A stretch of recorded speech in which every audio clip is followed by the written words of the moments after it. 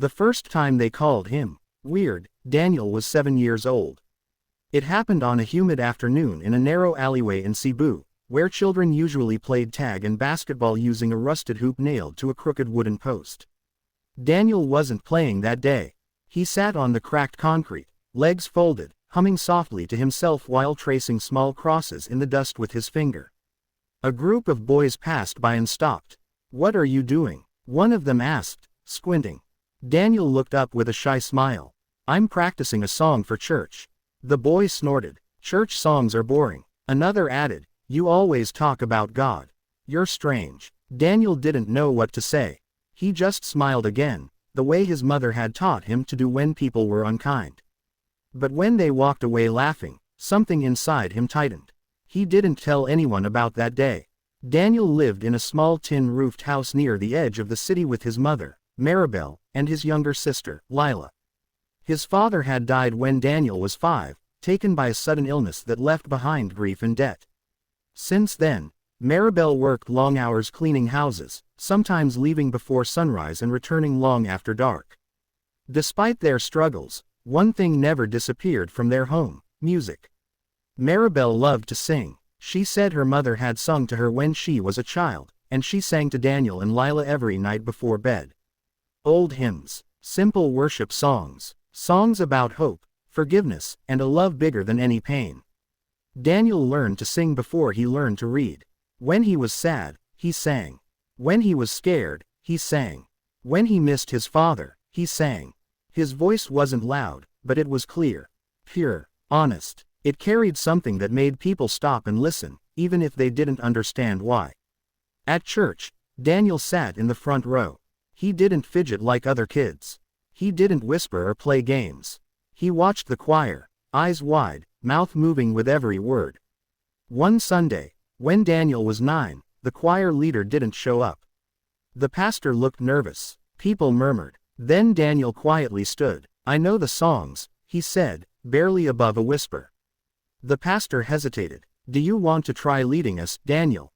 Daniel nodded. He climbed onto the small wooden platform. His knees shook. His hands trembled. The church felt enormous. He took a breath, and he sang. The moment his voice filled the room, everything changed. It wasn't just beautiful. It was heavy with emotion. It sounded like a child who had seen loss but chosen hope anyway. Some people cried. Some closed their eyes. Maribel pressed her hand to her mouth, tears streaming down her face. From that day on, Daniel sang in church every Sunday. But outside those walls, life was different. At school, Daniel was quiet. He wore the same 2 faded shirts almost every week. His shoes had holes in the soles. He brought rice and salt for lunch when his classmates had snacks and juice. And he talked about God. Not in a loud, preachy way. He just mentioned him. "If you're scared, you can pray. My mom says God helps us when we're tired. Jesus loves everyone." At first, kids ignored him. Then they started mocking him. "Here comes the little pastor. Sing us another church song. Do you think God will buy you new shoes?" Sometimes they hid his bag. Sometimes they tripped him in the hallway. Sometimes they threw crumpled paper at his head during class. Daniel never fought back. He never insulted them. He just picked up his bag, wiped the dust off his clothes, and stayed silent. But silence didn't mean it didn't hurt. At night, Daniel lay on the thin mattress beside his sister, staring at the ceiling. "Kuya, why are you sad?" Lila once asked. Daniel hesitated. "They don't like me," he said. "Why?" "Because I believe in God." Lila thought for a moment. "But that's a good thing." Daniel swallowed hard. "I know." Some nights, Daniel cried quietly so no one would hear. Some nights, he sang softly into his pillow so the sound wouldn't escape the room. Music became his safe place. When he was 11, Daniel discovered something life-changing. Behind the public market, there was a small electronics repair stall.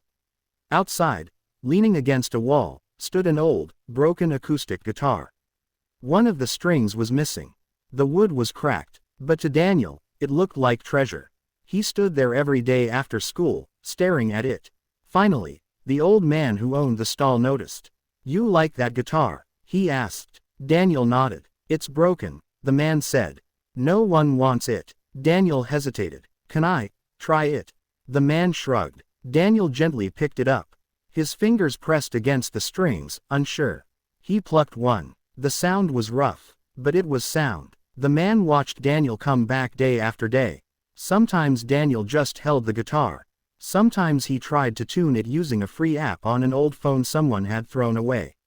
One evening, the man said, "You can have it." Daniel's eyes widened. "Really? It's useless to me," the man said. "But you look like you'll take care of it." Daniel ran home, clutching the guitar like it was made of gold. Maribel stared. "Where did you get that?" "A man gave it to me," Daniel said. "I want to learn." Maribel smiled softly. "Then learn." Daniel practiced every spare moment. His fingers blistered. His hands cramped. But he didn't stop. He watched videos on borrowed phones. He listened carefully. He copied. Slowly, painfully, he learned chords. He began writing his own songs. Simple lyrics, simple melodies, but every word came from his heart. Most of his songs were about faith. Not the kind that pretends everything is perfect. The kind that says, "I'm hurting, but I still believe." When Daniel was 13, the bullying got worse. A new group of boys decided Daniel was an easy target. They recorded him singing during lunch and posted the video online with mocking captions. "Future church boy, cringe singer, think he's famous." People laughed. Strangers commented cruel things. Daniel found out when a classmate showed him the video. He stared at the screen. His voice sounded small, vulnerable, exposed. That night, Daniel didn't sing. For the first time in his life, he didn't want to. Maribel noticed. "You didn't practice," she said gently. Daniel shook his head. "Why? They make fun of me," he whispered. Maribel sat beside him. "Do you remember what you told your sister once?" she asked. Daniel looked up. "You said, people can laugh at your shoes, but they can't take your heart." Daniel swallowed. Maribel placed a hand over his chest. "Your gift is here. No one can steal it.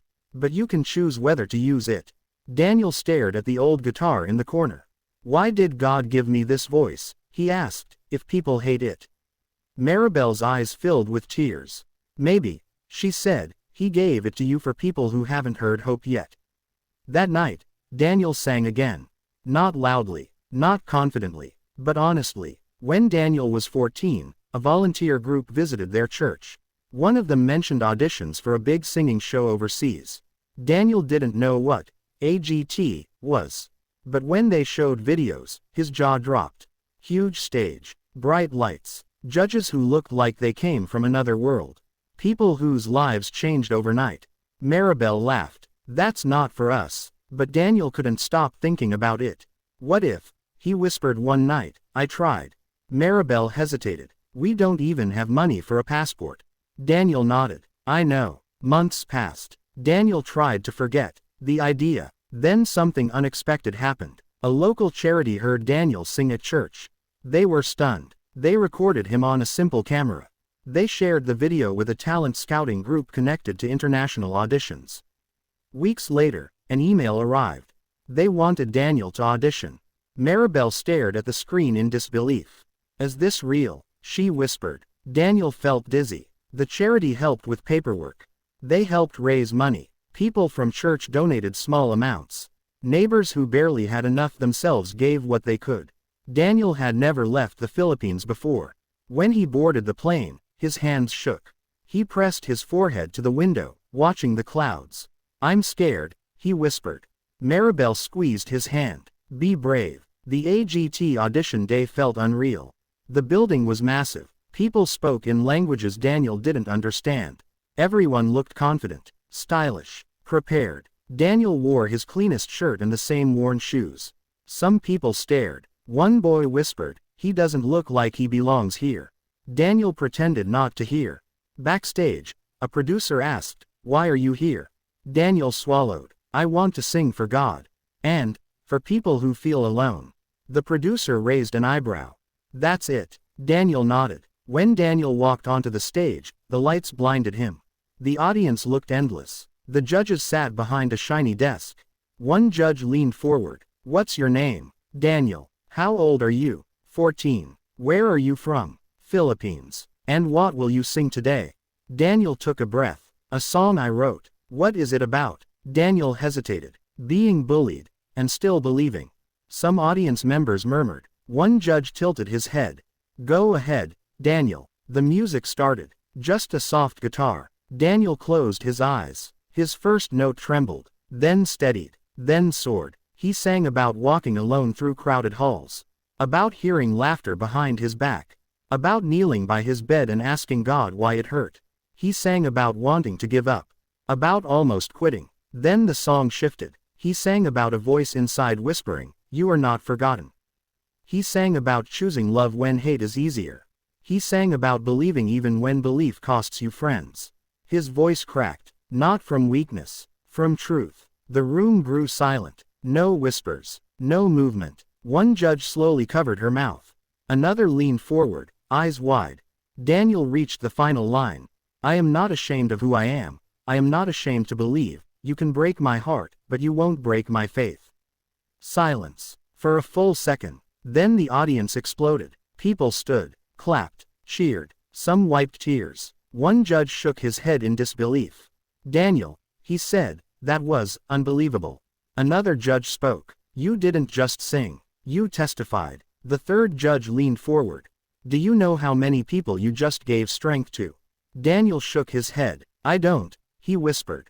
The judge smiled. Millions. The votes were obvious. 4 yeses. Golden lights flashed. Confetti fell. Daniel stood frozen. Maribel screamed from backstage. Daniel dropped to his knees and cried. Not because he won. Not because of fame. But because, for the first time, the thing people bullied him for, was celebrated. Back home, the bullies saw the video. They saw Daniel standing on the biggest stage in the world.